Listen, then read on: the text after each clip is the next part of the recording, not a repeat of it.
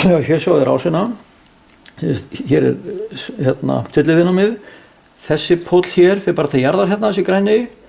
og hinn póllinn hérna fer bara með 1 kW viðnámið í plúsin. Hérna upp plúsin og hér nullið. Og sleikjan, þessi guli hér, hann fer hérna pinna til vinstri.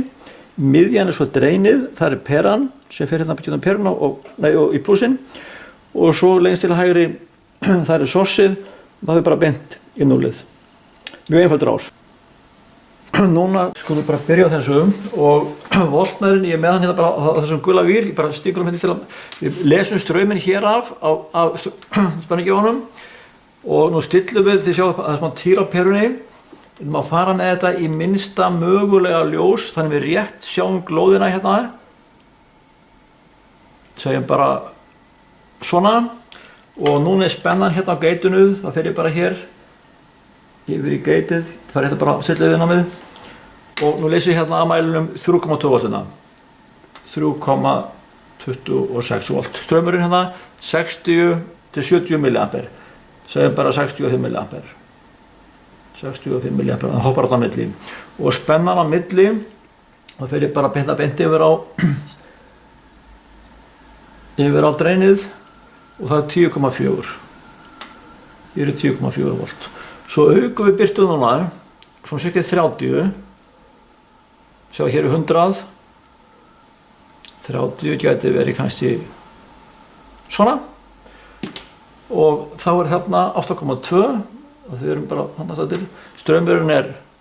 nú komið upp í 100 mA og nú fer ég hérna á geitið 3,3 þið sjáðu smá akkanspennunni og það reynum að fara þið sjáðu nú setjum peruna bara í botn þá séum við fyrir 200 mA og við ætlum að fá hérna 190, 180 þannig að hún sé ennþá að regla en í næstum því í botni þetta, flott og þá er geitið 3,5 og hérna eru 190 mA 190 mA og spennan yfir transistorinn hérna, það eru 0,7 og nú fer ég með hann